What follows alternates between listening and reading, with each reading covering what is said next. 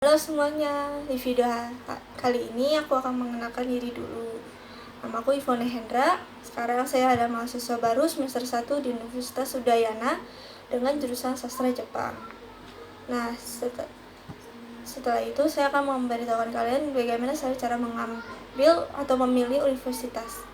Yang pertama tuh ini pengalaman saya. Yang pertama adalah SNMPTN. Itu awal mendengar SNMPTN tuh saya kaget banget karena nggak nyangka bakal keterima kuota undangannya, karena saya nggak pernah ranking 15 besar. Kenapa juga kata guru-guru itu bilangnya 10 besar lah, 5 besar, dan pas dikasih tahu aku dapat kuotanya aku kaget.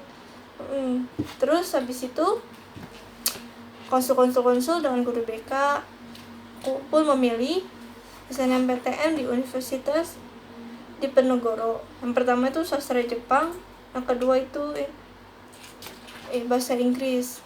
Tapi sayangnya nggak keterima SNMPTN. Agak sedih sih.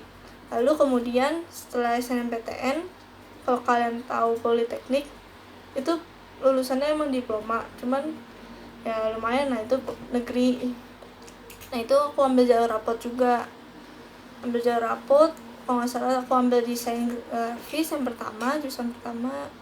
Yang kedua bisnis, yang ketiga itu manajemen ya kalau nggak salah. Dan hasilnya tidak keterima juga. Sedih. Lalu yang ketiga itu aku daftar SBMPTN. SBMPTN itu ujian tesnya Politeknik, cuman karena tahun ini corona tidak ada ujian tes, hanya masukin rapot juga, tapi kalian tetap bayar. Di situ saya ambil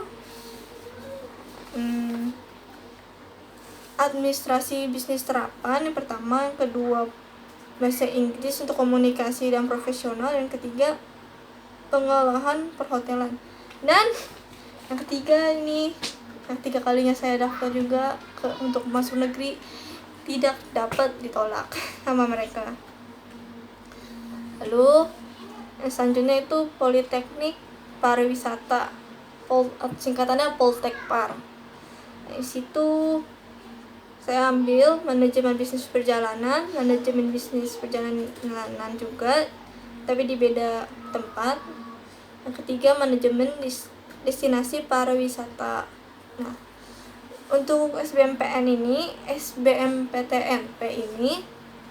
saya lulus seleksi pertama, tapi saya seleksi kedua itu gagal. Dan untuk SBMPTNP atau Politeknik Pariwisata, saya menggunakan buku ini, Megabank Psikotes. Apakah kelihatan? Nanti saya kasih tahu. Ya. Ini bukunya tuh kayak buku masuk kerja kan, kalau saya perhatiin, tapi ada matematika dasar juga.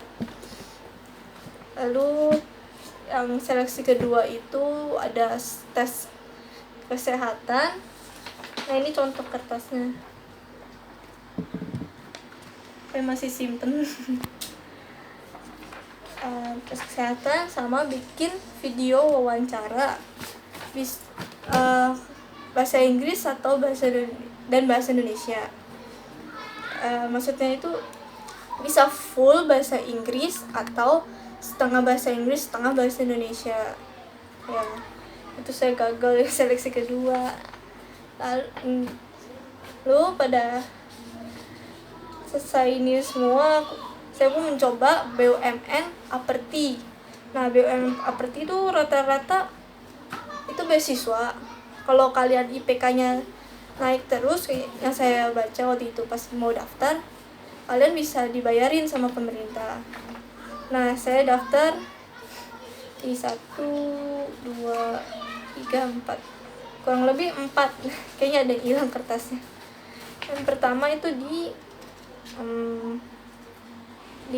Institut Teknologi dan Bisnis BRI.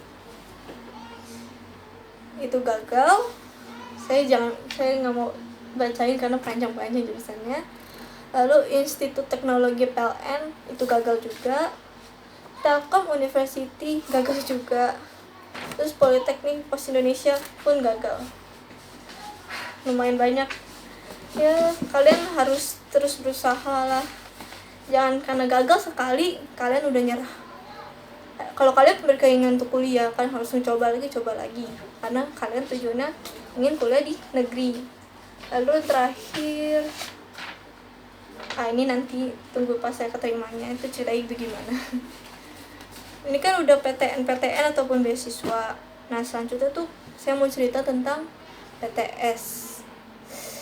Awalnya mama papa saya tuh menyuruh saya masuk PTS karena takut saya tidak keterima di negeri. Sebenarnya saya menolak karena PTS itu mahal dan kondisi ekonomi itu udah pasti ya nggak mencukupi lah. Kalau emang nggak keterima, saya bilang saya mau kerja saja daripada PTS. Dan PTS tuh saya ada 2 cadangan. Yang satu itu di IBM, tapi letaknya jauh banget dari rumah. Yang kedua tuh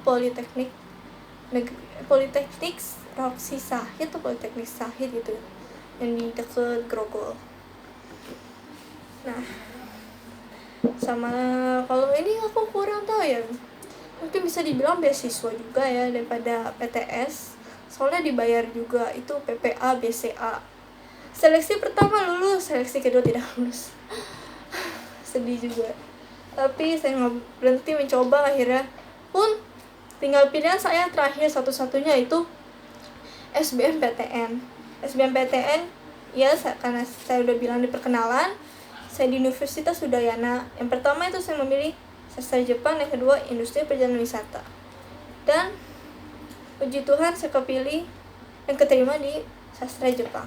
Dan sekarang masih mahasiswi maksud saya aktif di sana. Tapi karena sekarang masih corona dan sekarang belajar pun daring. Tapi itu tidak membuat saya lelah, tidak membuat saya putus asa juga. Malah saya juga jadi semangat juga. Dan untuk skor saya, sebelum skor, saya menggunakan buku ini saat belajar. Lalu selain buku ini, saya juga mengikuti TO gratis seperti TO Cerebrum dan Pahami V. Mungkin kalau Pahami V masih gratis, kalian bisa belajar di Pahami V karena ada videonya selama penjelasannya berbentuk video maksud saya. Cerebrum juga ada pembentukan, tapi itu ya rata-rata yang bayar sih kalau kalian mau. Bentuk video dan bentuk teks. Jadi kalian sambil nulis pembahasan TO-nya, kalian bisa sambil dengerin agar kalian semakin mengerti. Tapi itu terserah kalian juga, kalian mau Pahami V, Ruang Guru, Zenius, Cerebrum, itu masih banyak banget. Dan juga untuk nilai saya itu tidak terlalu gede sih. Dan teman-teman pada bingung, kok bisa masuk keterima? Dan saya bilang, dan keluarga bilang, ini semua mujizat dari Tuhan, keajaiban Tuhan. Kalian jangan pernah pantang, pokoknya kalian jangan menyerah aja. Kalau kalian menyerah, nanti hasilnya tidak akan kelihatan. Seperti tadi saya bilang, ada berapa ya? SNMPTN, SNMPN, SBMPN, BMPT yang ada 4, itu 8. Terus Politeknik Pariwisata 9, MPPA 10. Kurang lebih 10 atau 11 lah sama SBMPTN. Terus saya coba berkali-kali. Dan puji Tuhan akhirnya keterima juga kan. Ya saya kasih tahu ke kalian, teruslah berusaha dan juga fokus belajar.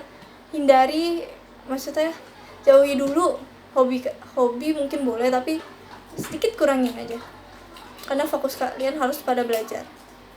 Ya sekian dulu dari saya, sampai jumpa di episode selanjutnya.